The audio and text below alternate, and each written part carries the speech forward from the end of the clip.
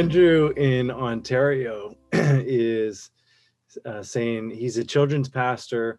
There has been some encouraging movement in ministry from kids discipleship being a Sunday morning thing to being something the parents need to claim more.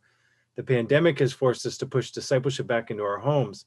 I have a worry, though, that once vaccines are widely available, people will want to slip back into the old, comfortable routine of Sundays being the day where adults go to church. And then we also do this other thing for kids. Is there anything to help guide people into the new vision that we don't really want to go back to our old model of Sunday program-based discipleship, and we want to continue placing it back in the hands of parents and influencers? Yeah. I mean, I just really think that the key is showing them, that right now they're experiencing something better, and just kind of showing them now, like, look, this is the way it was supposed to be. You were supposed to raise up your kids, told you could do it. And there is no replacement. Even when I was a youth pastor, they always said, great, you're a youth pastor, you're helpful to the kids, but that number one influence still is the parents. And just showing them biblically, like, this is good. Let's not deviate from this. Let's not go back. I mean, now is the time to explain to them, what we're doing now and how biblical it is and how good it is. And people will see it. We tried, like, when we were in San Francisco, I'm not San Francisco, Hong Kong. Like, I don't want to take people from other churches. But some people lied and pretend they didn't have a church, but it was really just during the isolation time, and so they would sneak in and like, okay, well, we kind of did have a church, but now that we've experienced this, there's no way we'd ever go back. And I'm going, I don't know, like, I just didn't want to do that to some other church, but then now it's like, now what do I do?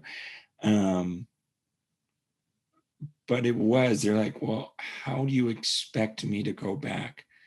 Like, for example, my son-in-law, a guy that was actually a pastor at another church, asked him to disciple him. He goes, I will, but you're not allowed to come to our gatherings, And then the guy's like, how about I just want to experience it. And so he goes, okay, I'll let you experience it, but you only do it to learn from us, and then you take it back to your church, because we don't want you leaving your church. But then after like 2 months, he's just like, there's no way I can go back. We're like, dude, this was the condition. He goes, but how can I go back to that? And what if they're okay with me coming, And so it was one of those things where when you really experience that fellowship, you're just going, I can't go back. And so to me, the key is during this time, having them experience a oneness in the body and the fellowship with their own families, that where they go, gosh, we don't have to tell them don't go back. They've tasted something different. It's I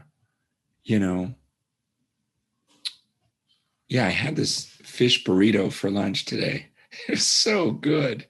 Rob, I don't know if you like raw fish, but this one had raw fish in it. I never had like a fish burrito with raw fish. I thought, wow, that's really good. So now the owners of the restaurant don't have to come out and find me and say, hey, I know there's plenty of cooked fish places. Don't go to those. They don't need to tell me that. I just tasted something better. I'm going raw from now on. So my point is when we experience something, many people aren't stupid. And if they really experience true fellowship and growth in the Lord, they don't want to go back.